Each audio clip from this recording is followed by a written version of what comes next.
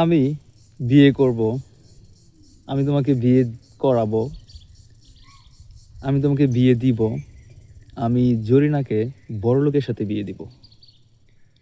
এই যে আমি বাক্যগুলা বললাম, এইগুলাকে আপনি কিভাবে ইংরেজিতে ট্রান্সলেট করবেন? দেখেন এখানে একটা বাক্য খুব সিম্পল যে আমি বিয়ে করব। তো বিয়ে ইংরেজি কি? Marry, right? So I will marry, আমি বিয়ে করব, সিম্পল। এখন যদি আমি বাক্যটা বলি যে আমি তোমাকে বিয়ে করাবো, এখন কিন্তু আপনি একটু স্টাক হয়ে যাচ্ছেন যে এটা আসলে কীভাবে করব। দেখেন, আমি তোমাকে বিয়ে করাবো, এই বাক্যটাকে যদি আপনি ইংরেজিতে ট্রান্সলেট করেন তাহলে আপনাকে পজিটিভ ভার্ব মেক ইউজ করতে হবে। এখন পজিটিভ ভার্ব কি? পজিটিভ ভার্ব হচ্ছে আমরা তখনই ইউজ করি যখন হচ্ছে কোনো একটা কাজ নিজে না করে অন্যের দ্বারা কাজটা সম্পূর্ণ হয় বা অন্যের দ্বারা কাজটা সম্পূর্ণ করে নেওয়া হয়, তখন আমরা পজিটিভ ভার্ব ইউজ করি। তো বিয়েটা কিন্তু আমি করতেছি না, আমি বিয়েটা করাচ্ছি, ঠিক আছে? সো আমি তোমাকে বিয়ে করাবো, এটার জন্য আপনাকে মেক ইউজ করতে হবে। তাহলে I will make you marry, আমি তোমাকে বিয়ে করাবো। তো পরের ব্যাপারটা খুবই ইন্টারেস্টিং যে আমি তোমাকে বিয়ে দিব।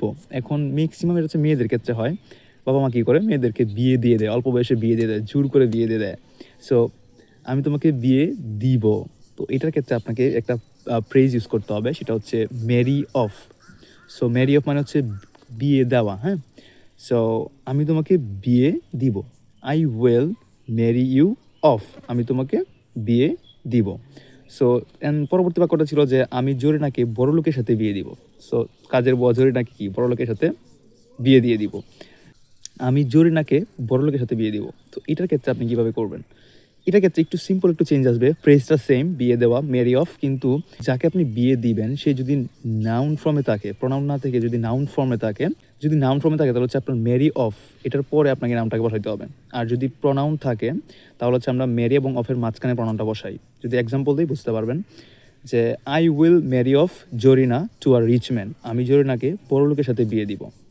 আমি তোমাকে বিয়ে দিব, তাহলে ইউটা হচ্ছে এখানে প্রনাউন, অথবা আমি তাকে বিয়ে দিব, হার, সো এটা হচ্ছে প্রনাউন। সো এটার ক্ষেত্রে আপনাকে মেরি এবং অফের মাঝখানে প্রনাউনটাকে বসাইতে হবে। যেমন I will marry her off, আমি তাকে বড় লোকের সাথে বিয়ে দিব, I will marry her off to a rich man. Simple.